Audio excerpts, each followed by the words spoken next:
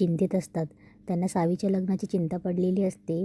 तेवढ्यात लक्ष्मी येते आणि लक्ष्मी बोलते की अहो नका चिंता करू, आणि हे बघा चांगलं स्थळ चालून आलं आहे, होकार टाका करून, नका उगाच नकार नको कळवायला. वामनरावांनी चांगलं स्थळ धाडलं आहे ना. तेव्हा पाटील बोलतात की होकार द्यायला मुलगा न बघतात मी काय पंतोजी वाटलो का तुला लक्ष्मी? त्यांनी तर मुलगाही नाही बघितला आणि दिलं रमेचं भविष्य उजळायला निघालेत. मी नाही, मी आधी बघणार, स्थळ आल्यावर माणसं कशी आहे पारखणार, मुलगा कसा आहे बघणार, आणि मग पुढचा विचार बघू. तेव्हा लक्ष्मीही बोलते की बरं बघा तुम्हाला काय करायचं ते. तेवढ्यात सावी येते. सावी बोलते आबा. तेव्हा पाटील बोलतात की काय रे पिल्ल्या, झोपला नाही अजून तू? तेव्हा सावी येते आणि बोलते की आबा एक विचारायचं होतं. तेव्हा आबा बोलतात की विचार की. तेव्हा सावी बोलते आबा माझा भार झाला आहे का तुम्हासनी?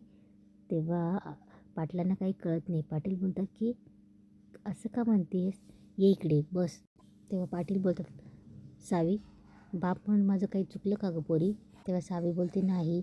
तेव्हा पाटील बोलतात की एक लक्षात ठेव पोरी, जगातल्या कुठल्या बी आईबापासनी त्यांची पोरं भार होत नाहीत, पण तू तर माझ्या काळजाचा तुकडा आहेस, असं का विचारलं? तेव्हा सावी बोलते आबा ते समधेजण घाईघाईत होती म्हणून मला असं वाटलं की. तेव्हा आबा बोलतात काय वाटलं? की आम्हाला भार झाला आहे तुझा आणि म्हणून आम्ही समधेजण तुझं लग्न करून मोकळं होणार आहोत. असं नाही रे लेकरा, हे बघ ज्या त्या वयात ज्या त्या गोष्टी व्हायला पाहिजे, ही जनरीत आहे म्हणून चाललं हे सगळं. सावी माहेरचा उंबरठा ओलांडून लेक जरी सासरी गेली ना तरी या बापाच्या काळजात अत्तराच्या कुपीवाणी जळजळत आहे आणि जलमभर दरवळत राहते त्याची लेक. तेव्हा सावी पटकन आबांची डोळे पुसते आणि बोलते आबा सावी तू जरी सासरी गेली लगीन करून तरी माझी नजर तुझ्यावरच असेल. मी डोळे बंद केले तरी माझी सावीच दिसेल, डोळे जरी उघडले तरी माझी हसती खेळती सावीच दिसेल मला. माझी एकुलती एक पोर आहे, तू आजपर्यंत कुठे नजरेआड होऊ दिलं नाही तुला. म्हणून तुझी हाक ऐकली नाही तर जीव कावरा बावरा होतोस पोरी, आणि तू काय विचारतेस पोरी? आपल्या घरात हसत खेळत राहा, माझ्या अंगणात नाच बागड, मोठमोठ्यानं हास, जसं वागायचं तसं वाग, पण डोळ्यातनं टिपा एवढी काढू नकोस. आबाची आण आहे तुला, ये इथं झोप. आणि सावी तिथेच तिच्या आबांच्या मांडीवर डोकं ठेवून झोपी जाते. सावीला झोपवून पाटील बाहेर येतात. बाहेर लक्ष्मी आणि अक्का आत्या असते. तेव्हा पाटील बोलतात की सावीने लईच मला लावून घेतलं ग अक्का, अल्लड निरागस सशागत पोर माझी एका दिवसात मोठी झाल्यावानी वागायला लागली. म्हणतात ना जाळाशिवाय रट नाही आणि मायाशिवाय कट नाही, म्हणतात ते खरं आहे ना. माझी सावी बी तशीच आहे आणि यो खंडू सारखा जप चाललेला असतो माझी सावी माझी सावी माझी सावी. तेव्हा लक्ष्मी बोलते वंच जे होतं ना ते भल्यासाठीच होतं. आईची नाळ जितक्या लवकर तुटल ना तितक्या लवकर संसारात तिचं मन रमल. तेव्हा अक्का बोलते ती माणसं लई मोठी आहेत, त्यांच्या रीतीभातीगत उठ बस कुळाचार हे समज सावीला जमलं पाहिजे. व लक्ष्मी बोलते वय तर जरा काही झालं तर बाई माणसाला मनाला लावून घ्यायचा लई मोठा घोर असतो, जरा काही झालं की भरलं डोळं. तेव्हा लक्ष्मी बोलते पण तुम्ही मनाला लावून घेऊ नका, बस आपली सावी लवकर रुजू दे एवढीच इच्छा पांडुरंगाकडे. तेव्हा पाटील बोलतात तिची काळजी करू नका तुम्ही पाटीलबाई, तो वामनराव भरोशाचा माणूस आहे, आपल्या सावीसाठी चांगलं स्थळ काढेल. तेव्हा अक्काई बोलते पांडुरंगा माझ्या सावीकडे लक्ष ठेव रे बाबा. इकडे सगुना ज्योतिबाला बोलत असते की असा वागत राहिला ना तो कोण पसंत करेल रे तुला? तेव्हा ज्योतिबा बोलतो मला तेच पाहिजे, कोणी पसंतच करायला नको. तेव्हा सगुणा बोलते मग राम असाच घोड नवरा, अंगाला राख चोळ आणि बस ब्रह्मचारी करत. तेव्हा ज्योती जायला लागते. तेव्हा सगुणा बोलते ए ज्योती कुठे चालला? तेव्हा ज्योतिबा बोलतो ब्रह्मचारी बनतो नाही तर साधू बनतो, अलाख निरंजन ए माय भिक्षा दे ना. तेव्हा सगुणा बोलते हे ज्योती असं काय वागायलास, तुला जरा बी माया नाही का? तेव्हा ज्योती बोलतो आत्या माया हे भ्रम आहे आणि लगीन हे महामाया, आणि मी यात अडकणार नाही. तुला माहिती आहे ना व भले भले बोल्यावरून पळालेत आणि मी बी तसाच पळून जाणार आहे. तेव्हा सगुणा बोलते ज्योतीला ज्योती इथे खाली बस आणि मला सांग तुझी माया माझ्यावर आहे की नाही? तेव्हा ज्योती बोलतो हाय ग. तेव्हा सगुणा बोलते माझ्या रक्ताची शपथ. तेव्हा ज्योती बोलतो माझ्या रक्ताची शपथ. तेव्हा सगुणा बोलते तुझ्या नाही माझ्या रक्ताची घे. तेव्हा ज्योती बोलतो की हाय बोल आता. तेव्हा सगुणा बोलते मग मला एक उत्तर दे. तेव्हा सगुणा बोलते समजा तुला देवाने अशी बुद्धी दिली की लग्न करायची तर तुला कशी पोरगी आवडेल? तेव्हा ज्योती बोलतो, आत्या मी तुला सांगितलं ना मला लग्न करायचंच नाही. तेव्हा सगुणा बोलते, अरे समजा म्हटलं ना, सांग ना कशी पसंत करशील? तेव्हा ज्योती बोलतो, तू फादर जॉनच्या बायकोला भेटली ना व? तेव्हा सगुणा बोलते, हाय का आता? त्यांच्याकडे रोजच पाहते ना, त्यांच्याकडे काम नाही का करत मी? तेव्हा ज्योती बोलतो, मग तशीच पोरगी आण, गोरी गोरी कुरळे केसांवाली, झगा घालणारी आणि फाडफाड इंग्रजी बोलणारी. तेव्हा इकडे सगुणा हसते आणि बोलते, ज्योती तुला तशी पोरगी पाहिजे वय? बघ मी सगुणा आहे, शोधून काढेल आणि आणील शोधून तुला तशी पोरगी. तेव्हा ज्योती बोलतो, अगं आत्या लंडनला जावं लागेल त्या फादर जॉनच्या भाऊकीला भेटायला.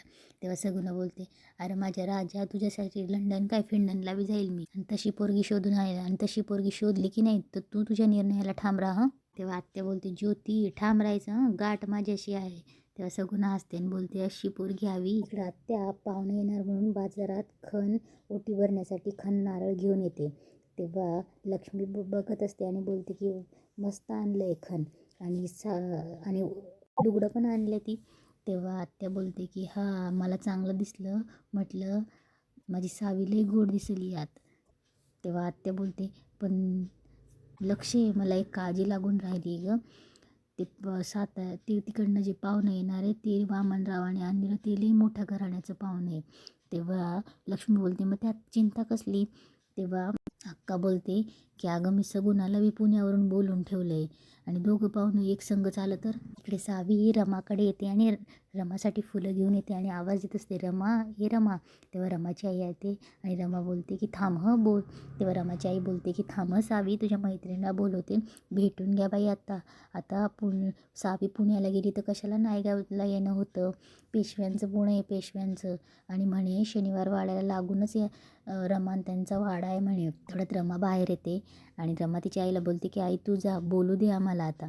तेव्हा रमाला सावी फुलांची परडी देणार. तेव्हा रमा बोलते की सावी कसं गं होईल आता मला कोण फुलं आणून देणार?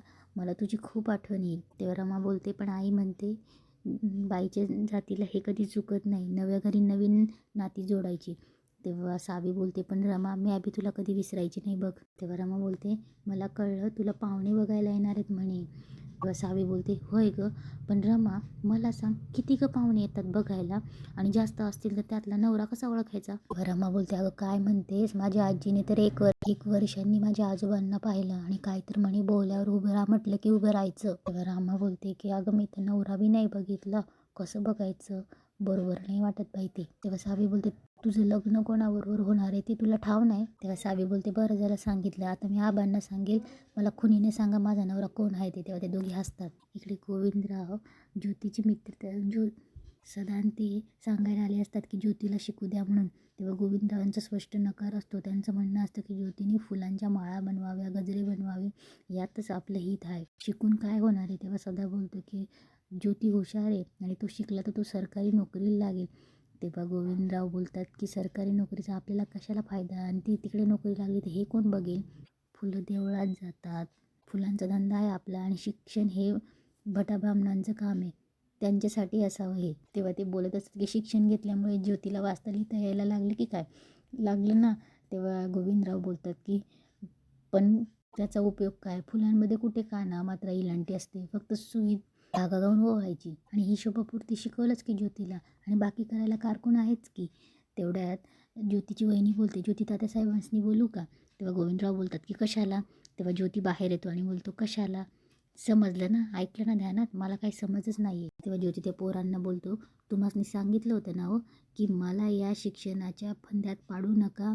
नाही, पण तुम्हाला अपमान करून घ्यायची सवय ना झाली ना हाऊस. तेव्हा गोविंदराव बोलतात की ज्योती मला एवढंच म्हणायचं आहे देवा, की ज्याची विद्या त्यानं करावी. लोहाराच्या पोरानं लोहारकी शिकावी, कुंभाराच्या पोरानं कुंभारकी शिकावी, सुताराच्या पोरानं मेटावं बसावं, आणि माळ्याच्या पोरानं फुलांचा माळा कराव्यात.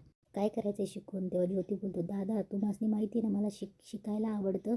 तेव्हा गोविंदराव बोलतात की आता मी शिकलो नाही, कोणती कुऱ्हाड कोसळली माझ्या डोक्यावर? दादा कुऱ्हाड कोसळली तुमच्यानी माझ्या डोक्यावर. कुऱ्हाड काय वीज कोसळू द्या, तुम्ही माझं शिक्षण बंद करू ना माझा श्वास बंद करताय. तेव्हा गोविंदराव बोलतात की अरे शिक्षण बंद झालं तर श्वास चालू राहणार आहे. तेव्हा ज्योती बोलतो, दादा शिक्षण नाही तर ह्यो ज्योती बी नाही. तेव्हा ज्योती रागात निघून जातो. तेव्हा त्याची वहिनी बोलते, पाहिलं का गेलं का रागाने, जाऊ दे ना त्यासनी शाळा. तेव्हा गोविंदराव बोलतात की नाही, कळत कसं नाही, इतर जातीच्या लोकांनी शाळा शिकायची परवानगी नाही आणि धर्म बी तसाच सांगतोय आणि प्रत्येकाने धर्म पाळावा. आपल्यासाठी शाळा नाही मळा महत्त्वाचा आहे. इकडे सावीची मैत्रीण रमा तिला पाहुणे आल्यावर कशी चाल ठेवायची हे सांगत असते. असा पदर घ्यायचा, मान खालीच ठेवायची आणि नमस्कार करायचा. तेव्हा रमा तिथल्या ठेवलेल्या उपकरणाचा फेटा बांधते आणि काठी घेते आणि जाऊन इकडे खाटीवर बसते आणि बोलते, बघ सावी, आता मी पाहुणे आणि मुलाकडची आहे आणि तू मुलगी आहेस. तेव्हा रमा बोलते, बोल, नाव काय तुझं? तेव्हा सावी बोलते, मी सावित्री. तेव्हा रमा डोक्याला हात लावते आणि बोलते, अगं सावी, मान खाली करायची, मान वर घेतलीस की फिसकटायचं समजायचं. मान वरती घेतली तर पाहुणे म्हणा पोरगी आगाऊ आहे, तर जेवढी जास्त मान खाली तेवढं वर्तणूक चांगली असं समजायचं. तेव्हा रमा दुसरा प्रश्न विचारते. आता पाहुणे प्रश्न विचारतील ना, स्वयंपाकाचं येतं का? तेव्हा सावी बोलते नाही. तेव्हा रमा बोलते, अगं सावी, हो म्हणायचं, हो. आता पुढचा प्रश्न, दळणवळण करता येतं का? तेव्हा सावी बोलते नाही. तेव्हा रमा डोक्याला हात लावते आणि बोलते, अगं सावी, हो म्हणायचं, हो. आता पुढचा प्रश्न, आशुशी भांडणार का? तेव्हा सावी बोलते, होय होय भांडणार मी. तेव्हा रमा बोलते, अगं सावी, नाही म्हणायचं नाही. तेव्हा सावी बोलते, नाही नाही, मी नाही भांडणार. तेव्हा रमा बोलते, पुढचा प्रश्न, सुईत दोरा ओवून दाखव. तेव्हा सावी कमरेवर हात ठेवून बोलते, मी काय आंधळी आहे का? तेव्हा रमा उठते आणि बोलते, अगं सावी, असं नाही म्हणायचं, कोणी नाही पसंत करणार तुला. तेव्हा रमा बोलते, आता बघ, आता चालून दाखव. तेव्हा सावी वाकडे पाय टाकत चालत असते. तेव्हा भरभर चालत असते. तेव्हा रमा बोलते, अगं सावी, असं नाही चालायचं, नाजूक चालायचं, नाजूक. तेव्हा सावी बोलते, नाजूक मला नाही जमणार, नाजूक बिजूक चाल, नाही तर कोणी पसंत नाही करणार, घोड नवरी बनून राहशील. तेव्हा सावी बोलते, घोड नवरी नको नको, घोड नवरी नको गं बाया, म्या चालते. तेव्हा रमा बोलते, छान छान, मुलगी पसंत आहे आम्हाला. तेव्हा त्या दोघी खूप हसत असतात आणि हसता हसता दोघी एकसाथच बोलतात, उगा असं हसायचं खिदळायचं नाही. तेव्हा सावी पटकन परडीतला गजरा घेते आणि रमाच्या केसात माळते आणि बोलते, म्हणजे ग सावी, आता पाहुणे आल्यावर मला पसंत करणार ना? तेव्हा रमा बोलते, हो, मी सांगितलं तेवढं लक्षात ठेवा आणि खाली मान घालूनच प्रश्नांची उत्तरं द्यायची. वय ग, लक्षात ठेवशील ना? तेव्हा सावी बोलते, वय वय, आणि दोघे हसतात आणि इथेच आजचा एपिसोड संपतो.